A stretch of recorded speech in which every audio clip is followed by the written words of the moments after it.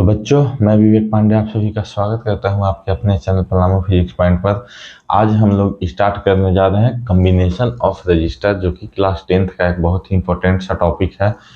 तो इसमें सबसे पहले हम लोग जान लेते हैं कि रजिस्टर किसको कहते हैं। तो रजिस्टर जो होता है बच्चों, घर में आप लोग जितना भी इलेक्ट्रिसिटी अप्लायंस जो यूज कर रहे हैं, मतलब जो लोड है आपका, ठीक है। लोड कहने का मतलब क्या है, जैसे फ्रिज हो गया, मिक्सी हो गया, वॉशिंग मशीन हो गया, बल्ब हो गया, फैन हो गया, फोन चार्ज कर रहे हैं या और भी किसी तरह का लाइट है, तो उस सब को हम क्या बोलेंगे, लोड बोलेंगे बच्चों। और लोड को ही रजिस्टर बोलेंगे, रजिस्टर का नाम दिया गया है। ये सब भी क्या कहता है, रजिस्टर क्या कहता है, करेंट को फ्लो होने से रोकता है, करेंट को आगे बढ़ने से रोकता है। यही टेंडेंसी है इसका, मतलब आगे नहीं बढ़ने देना चाहेगा, ठीक है, रोकने का कोशिश करेगा उसको। तो ये सब भी जो हम घर में अप्लायंस यूज कर रहे हैं वो सब क्या करता है, करंट को आगे नहीं बढ़ने देना चाहता है, करंट को खींच लेता है अपने अंदर, ठीक है। करंट को जब खींच लेगा तो सर्किट में से करंट आगे पास करेगा, नहीं करेगा। तो इसका मेनली दो टाइप का कनेक्शन पढ़ना है बच्चों। जैसे कंबाइन करेंगे हम रजिस्टर को तो कैसे कर सकते हैं, या तो सीरीज में नहीं तो पैरेलल में, या तो फिर सीरीज पैरेलल दोनों में कर सकते हैं। तो हर तरह का हम देखेंगे कि कैसे कैसे कर सकते हैं। तो सबसे पहले देखते हैं register in series. Series connection of register. Register का सीरीज कनेक्शन कैसा होगा बच्चों, टू और मोर register are connected in series are said to be, two or more resistor are said to be connected in series if the current flowing through या flows through the one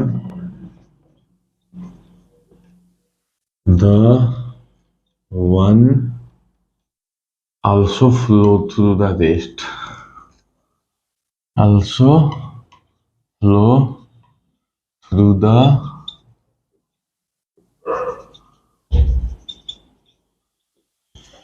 मतलब कि किसी circuit में एक register से जितना current flow कर रहा है उसमें और भी मान लीजिए लोड लगाया हुआ है, तो हर रजिस्टर से सेम करंट अगर फ्लो करेगा तो उसको हम क्या बोलेंगे, सीरीज कनेक्शन।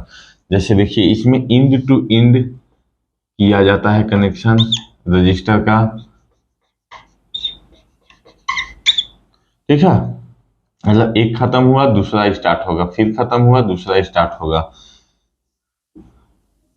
और इसको हम जोड़ दिए बैटरी से, क्योंकि बैटरी कहने का मतलब क्या, सेल बैटरी एक ही चीज है। एक से ज्यादा हो गया तो बैटरी बोलेंगे, सिंगल है तो सेल है।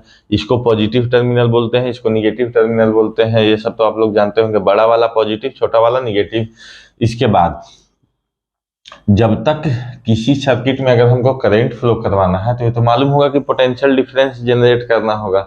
पोटेंशियल डिफरेंस अगर दोनों एंड के बीच में पोटेंशियल डिफरेंस जनरेट नहीं हुआ तो करंट कभी फ्लो नहीं करेगा। हाई लो होगा तभी तो करंट फ्लो करेगा ना। तो अब देखिए, बैटरी मतलब सेल का जरूरत इसीलिए पड़ता है क्योंकि ये सेल क्या करेगा, पोटेंशियल डिफरेंस जनरेट करेगा। पोटेंशियल डिफरेंस जनरेट करेगा तो करंट फ्लो करने लगेगा सर्किट में, ठीक है। अब देखिए बच्चों, यहाँ पे नाम दे दीजिए R1, ये पहला रेजिस्टेंस, ये दूसरा रेजिस्टेंस, ये तीसरा। तो R1 R2 R3 ये हमारा बैटरी सेल हो गया, तो इसको V से कनेक्ट डिनोट कर दिए। ये हमारा सेल हो गया, तो सेल पोटेंशियल डिफरेंस का जनरेट कर रहा है तो इसको V से डिनोट करेंगे। तो देखिए हम जानते हैं according to Ohm's law, according to Ohm's law, Ohm के नियम के अनुसार क्या जानते हैं, V इक्वल टू IR, ठीक है। तो इसमें हम क्या बोले हैं कि तीनों में करंट सेम होगा, लेकिन वोल्टेज सेम नहीं होगा। वोल्टेज ड्रॉप तीनों का अलग अलग होगा। तो इसमें मान लीजिए V1, इसमें V2 और इसमें V3।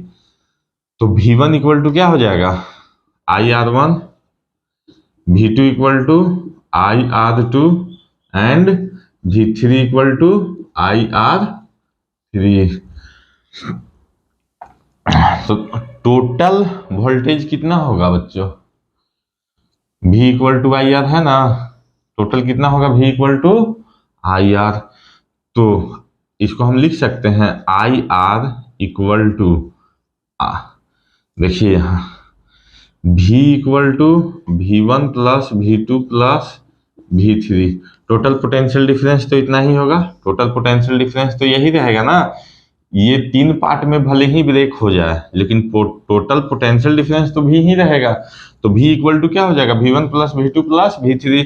तो V इक्वल टू क्या है, I R, V1 equal to IR1 और V2 इक्वल टू IR2 और V3 equal to IR3। I common आ जाएगा, देखिए I equal to I R equal to IR1 plus R2 plus R3। I से I cancel, तो R equal to R1 plus R2 plus R3। ये हमारा हो गया मेन फार्मूला सीरीज सर्किट के लिए इक्विवेलेंट रेजिस्टेंस फाइंड करने का। तीन है तो तीन से ज्यादा भी है। अगर आर इक्विवेलेंट हमको चाहिए, आर इक्विवेलेंट अगर हमको चाहिए तो क्या लिखेंगे, R1 प्लस R2, दो ही रहेगा तो इतना ही लिखेंगे, दो से ज्यादा रहेगा R3 plus R4 plus dot dot dot, जितना है जोड़ते जाइए। मतलब डायरेक्ट इंडिविजुअल सबको जोड़ दीजिए, जितना वैल्यू दिया हुआ है रेजिस्टेंस का इंडिविजुअली सबको जोड़ते जाइए, आपको जो वैल्यू मिलेगा वो इसका इक्विवेलेंट रेजिस्टेंस का वैल्यू मिलेगा बच्चों। ठीक है, इतना तो समझ में आ गया होगा। अब आगे देखते हैं। तो देखिए नेक्स्ट पॉइंट क्या आएगा इसमें, ये अगर समझ में नहीं आया होगा वीडियो को एक दो बार देख लीजिएगा, समझ में आ जाएगा। फिर भी डाउट रहे तो कमेंट कीजिएगा। अब यहाँ पे देखिए नेक्स्ट पॉइंट क्या कहता है इसमें कि अगर मान लीजिए R1 है, R2 है, R3, तीन रेजिस्टेंस है हमारे पास। तो तीन रेजिस्टेंस में जो R इक्विवेलेंट का वैल्यू होगा, R equivalent is greater than R1, R2, R3, तीनों से बड़ा होगा R इक्विवेलेंट इंडिविजुअली। मतलब जो इसको ऐसे भी बोल सकते हैं कि सर्किट में जो सबसे बड़ा रेजिस्टेंस है, सबसे बड़ा रेटिंग का रेजिस्टेंस है। ठीक है, मान लीजिए 5 किलो ओम है, 10 किलो ओम है, 15 किलो ओम है। तो 15 किलो ओम से ज्यादा होगा आर इक्विवेलेंट का वैल्यू, 15 किलो ओम से ज्यादा होगा हमेशा आर इक्विवेलेंट का वैल्यू, क्योंकि इंडिविजुअली ये तीनों से बड़ा होगा। आर इक्विवेलेंट जो है इंडिविजुअली R1, R2, R3 तीनों से बड़ा होगा। और भी मान लीजिए सर्किट को लंबा करेंगे, R4, R5 जितना भी रहेगा, तो इंडिविजुअली सबसे वो बड़ा रहेगा हमेशा।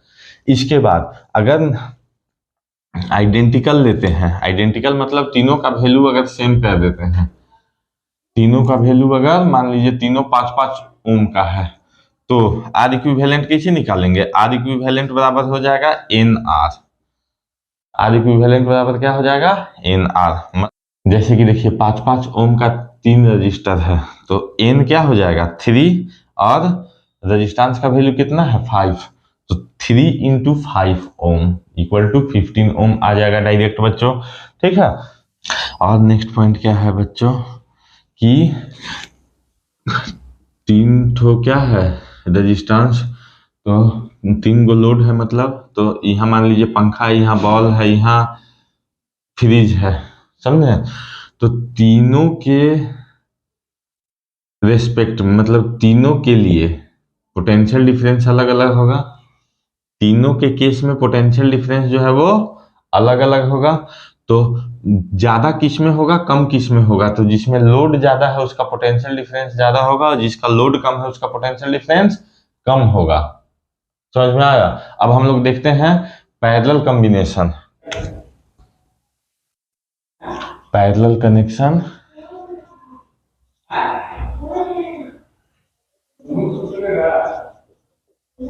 Parallel connection of register. Register का मतलब तो जान ही रहे हैं, लोड। इसको पैरेलली कनेक्ट कैसे करेंगे? जैसे घर में जितना भी होता है ना वायरिंग, सब पैरेलली ही होता है। तो देखिए, मान लीजिए 3 ठो रजिस्टेंस है, 3 ठो रजिस्टेंस है,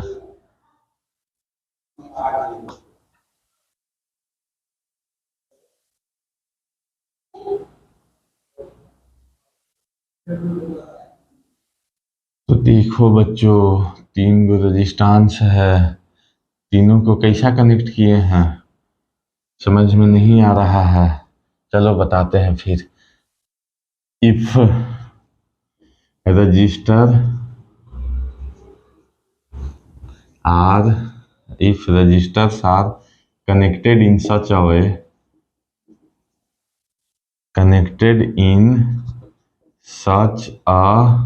way that the same potential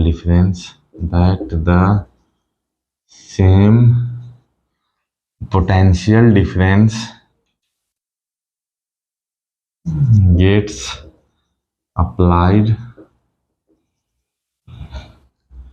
to each of them, then they are said to be connected in parallel.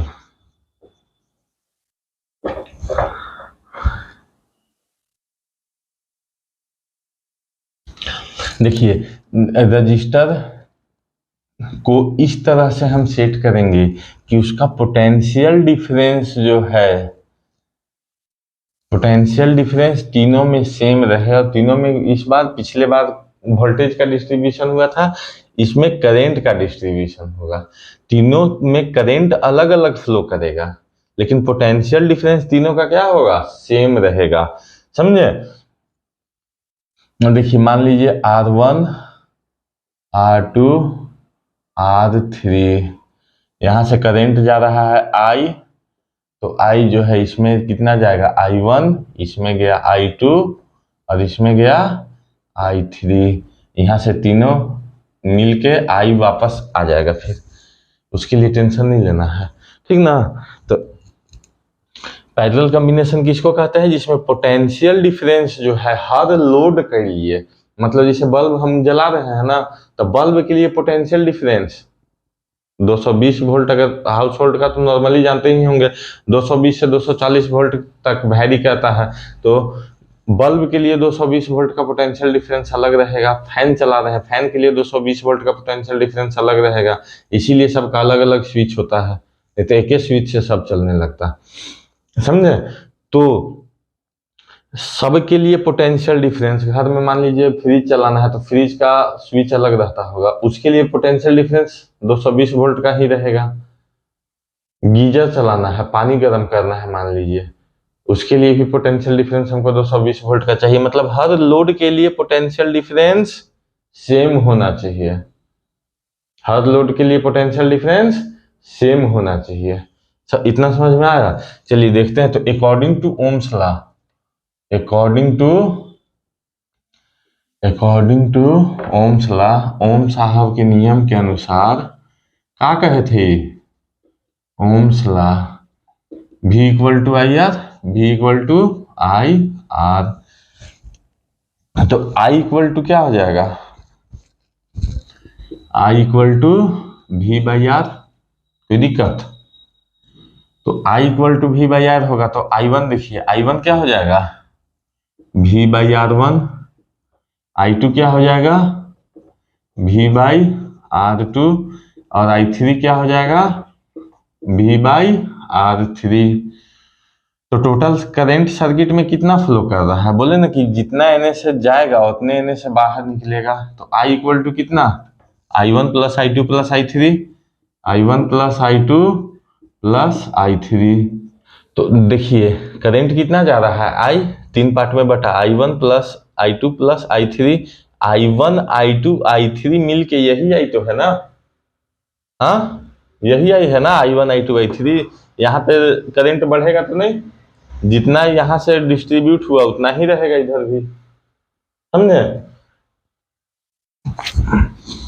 तो I के जगह वैल्यू पुट करिए, तो V by R equal to V by R1 plus V by R2 plus V by R3। V common ले लीजिए तो क्या होगा बच्चों, हाँ कोई बता सकते हैं, R2 plus 1 by R3। V से V चल जाएगा तो क्या बचेगा, 1 by R equal to 1 by R1 plus 1 by R2 plus 1 by R3 हो जाएगा बच्चों। इसको लिख देते हैं R इक्विवेलेंट। तो R इक्विवेलेंट कितना हो जाएगा बच्चों, 1 by R1 plus 1 by R2 plus 1 by R3। और इसमें देखिए, इसमें क्या कहता है नियम कि R1 R2 R3 तीनों में जिस रेजिस्टेंस का वैल्यू सबसे कम होगा, जिस रेजिस्टेंस का वैल्यू सबसे कम होगा, मान लीजिए ये 5 किलो ओम का है, ये 15 किलो ओम का है, अभी 75 किलो ओम का है, तो इसका इक्विवेलेंट रेजिस्टेंस जब हम निकालेंगे ना, तो सबसे जो छोटा रेजिस्टेंस है उससे कम आएगा मेरा वैल्यू। मतलब R इक्विवेलेंट जो है इंडिविजुअली R1 से भी छोटा होगा, R2 से भी और R3 से भी, या और भी ज्यादा लोड है तो इंडिविजुअली सबसे छोटा होगा। मतलब 5, 15 और 75 को अगर हम जोड़ रहे हैं एक साथ तो 5 किलो ओम से छोटा होगा ये, समझ में आया। चलिए करके देख लेते हैं कि 5 किलो ओम से छोटा होगा कि नहीं। तो 1/5 प्लस 1/15 प्लस 1/75, एलसीएम क्या हो जाएगा 75। तो 5 से 15 टाइम्स में 5 से जाएगा तो 15 प्लस 15 5 जा तो 5 प्लस 1, 15 5 20 21 बटा 75, 75 से 21 में डिवाइड कीजिए, वैल्यू 5 किलो ओम से कम आएगा कि नहीं आएगा, समझ में आया। तो देखिए उसके बाद अगर आइडेंटिकल रजिस्टर है, आइडेंटिकल रजिस्टर मतलब सेम वैल्यू का, सेम वैल्यू का अगर रजिस्टर है सारा का सारा, तो उसको हम क्या लिख देंगे, R equivalent equal to R by N, where N is the number of register and R is the value of register। ठीक है, जैसे मान लीजिए कि 5-5 किलो ओम का 3 गो रजिस्टर है, 5-5 किलो ओम का 3 गो रजिस्टर है, तो 5/3 डायरेक्ट करेंगे, समझे, कोई दिमाग नहीं लगाना अगर सेम वैल्यू का रजिस्टर है तो। चलिए बच्चों अब इससे रिलेटेड हम लोग कुछ न्यूमेरिकल कर लेते हैं, ठीक ना। मान लीजिए एक सर्किट दे दिया है, ठीक है, क्या दे दिया है जी, सर्किट, 2 लोड लगा, 2 रजिस्टर लगा हुआ है, एक 10 ओम का एक 5 ओम का, और बैटरी लगा हुआ है 7.5 वोल्ट का। तो इसमें मान लीजिए कि आपको सबसे पहले पूछ देगा कि टोटल या इक्विवेलेंट रेजिस्टेंस फाइंड करना है। क्या फाइंड करना है बच्चों, इक्विवेलेंट रेजिस्टेंस। तो कैसे फाइंड करेंगे, डायरेक्ट जोड़ देंगे, 10 ohm plus 5 ohm equal to 15 ohm. अब इसमें पूछ देगा कि करंट कितना पास करेगा, करंट, तो कॉम्बिनेशन कैसा है, सीरीज, तो सीरीज कनेक्शन के लिए पूरे सर्किट से सेम करंट पास होता है, ये करंट का डिस्ट्रीब्यूशन तो होता नहीं है, सीरीज सर्किट में वोल्टेज का डिस्ट्रीब्यूशन होता है। तो करंट यानी I इक्वल टू क्या होता है, V इक्वल टू IR होता है, तो I इक्वल टू क्या हो जाएगा, V/R। देखिए 15 ओम बाई, नहीं जी, V कितना है 7.5 ना, बाई 15, 2 टाइम्स में यानी 1/2 यानी 0.5 एम्पियर का करंट फ्लो करेगा पूरे सर्किट से। अब अगर पूछ दे कि 10 ओम के एक्रॉस 10 ओम पोटेंशियल डिफरेंस कितना होगा, तो V इक्वल टू बताया ना आई आर, तो I कितना है, करंट कितना है 0.5 into V equal to I R, current R कितना है, R कितना है देखिए 10 ओम, तो 10 तो कितना हो गया 5 वोल्ट, और एक्रॉस 5 ओम, पोटेंशियल डिफरेंस कितना हो जाएगा बच्चों 0.5 इंटू 5 यानी 2.5 वोल्ट का पोटेंशियल डिफरेंस होगा एक्रॉस 10 ओम का, 5 वोल्ट होगा पोटेंशियल डिफरेंस और 5 ओम के अक्रॉस 2.5 वोल्ट होगा। अभी आपको बताया भी थे सीरीज सर्किट में कि जिस लोड ज्यादा होगा अगर तो पोटेंशियल डिफरेंस ज्यादा होगा, वहां का लोड जहां कम होगा पोटेंशियल डिफरेंस का वैल्यू भी कम ही आएगा। Distribution of current in two resistor in parallel. तो देखिए अगर केवल दो रजिस्टेंस पैरेलल में है, केवल दो रजिस्टेंस ही पैरेलल में है 3 की जगह, तो क्या करंट का डिस्ट्रीब्यूशन कैसे होगा, तो करंट का डिस्ट्रीब्यूशन कैसे होगा बच्चों, देखिए आई करंट फ्लो कर रहा है V R1 R2, यहाँ से I इंटर कर रहा है, A नाम दे दीजिए, यहाँ B नाम दे दीजिए, तो यहाँ से करंट जो जाएगा उसको क्या बोलेंगे I1, यहाँ से जो करंट जाएगा उसको I2। तो हम लोग जान रहे हैं कि I इक्वल टू क्या होगा I1 प्लस I2, क्योंकि I ही डिवाइड हुआ है I1 I2 में, तो I equal to I1 plus I2, ये तो जान ही रहे हैं आप लोग, ठीक ना। अब तो देखिए अब ओम्स लॉ हम अप्लाई करेंगे सर्किट में, तो ओम्स लॉ क्या कहता है बच्चों, V equal to I R, आप लोग जान ही रहे हैं V equal to I R. तो यहाँ देखिए V एक्रॉस ए बी या अप्लाइंग ओम्स लॉ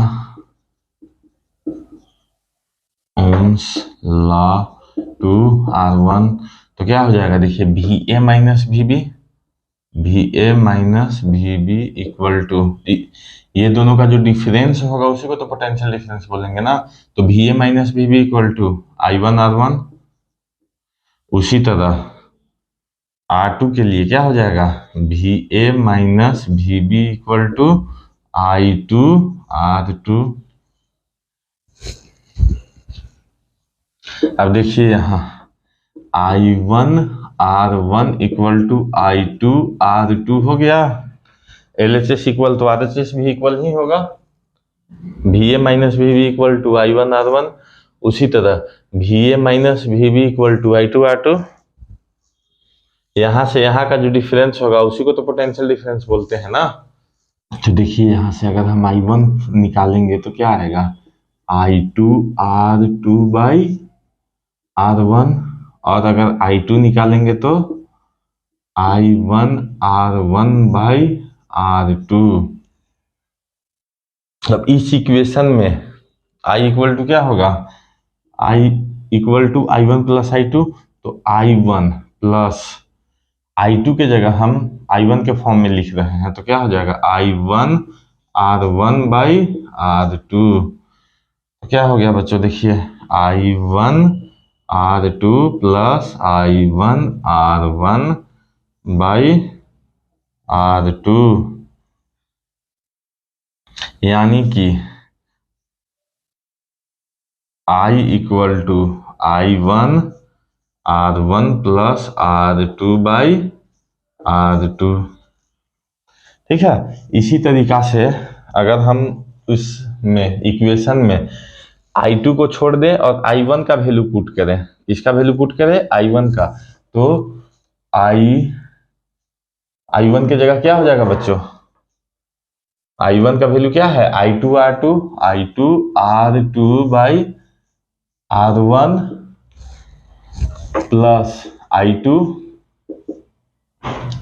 यानी I2 R2 plus I2 R1 by R1 यानी I equal to I2 common ले लीजिए तो R1 plus R2 by R1।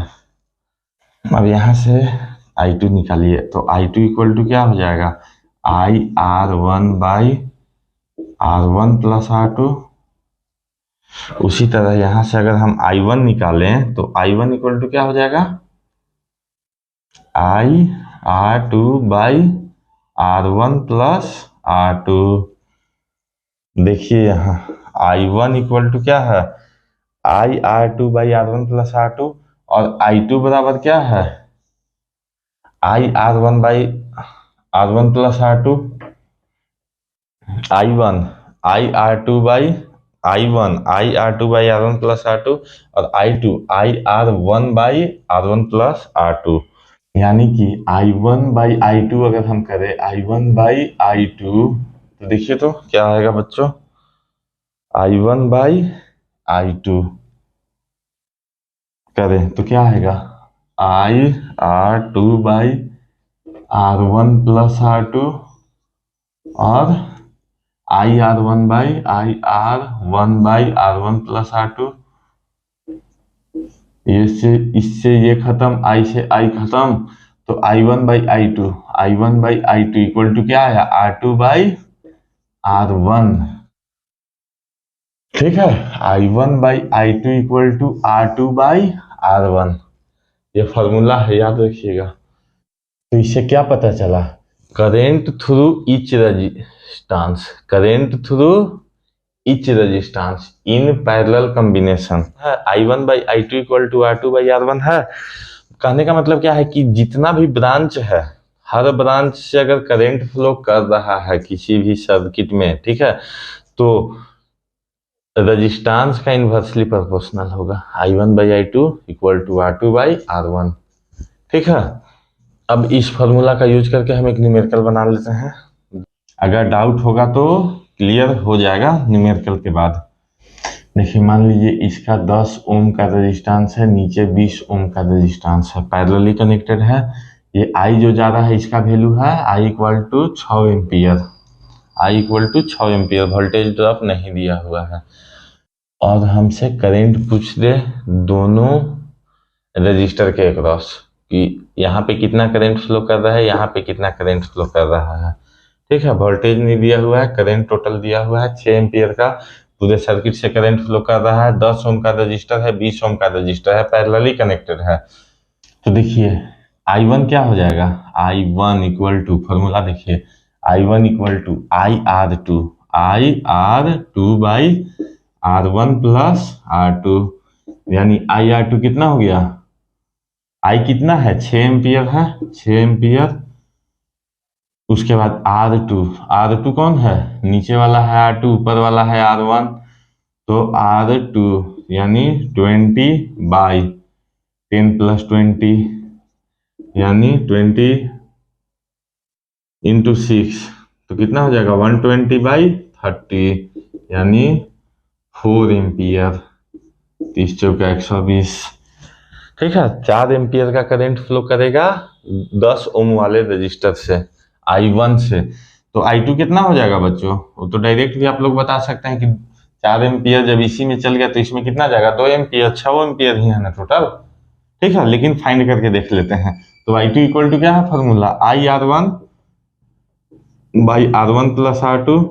I का वैल्यू कितना है बच्चों 6 एम्पियर, R1 कितना है 10 ओम बटा 10 प्लस 20, 10 6 जा 60 बाई 30 इक्वल टू 2 एम्पियर का करंट फ्लो करेगा। समझ में आया, ये फार्मूला जो है कितना शॉर्ट में बना दिया, वोल्टेज हमको वोल्टेज ड्रॉप फाइंड करने का जरूरत ही नहीं पड़ा, डायरेक्ट हम करंट फाइंड कर सकते हैं इस फार्मूला के थ्रू। अगर पैरेलल कॉम्बिनेशन में 2 रजिस्टेंस है तब ही, 2 से ज्यादा हुआ तो ये फार्मूला काम नहीं करेगा। तो 2 रजिस्टेंस अगर पैरेलल कनेक्शन में है तो उसके लिए ये फार्मूला बहुत ही ज्यादा यूजफुल रहेगा, तो इसको अच्छे से याद रखिएगा बच्चों। तो बच्चों कैसा लगा आज का क्लास, कमेंट जरूर करें, अगर कुछ डाउट रहा हो तो भी कमेंट करें। मिलते हैं नेक्स्ट वीडियो में।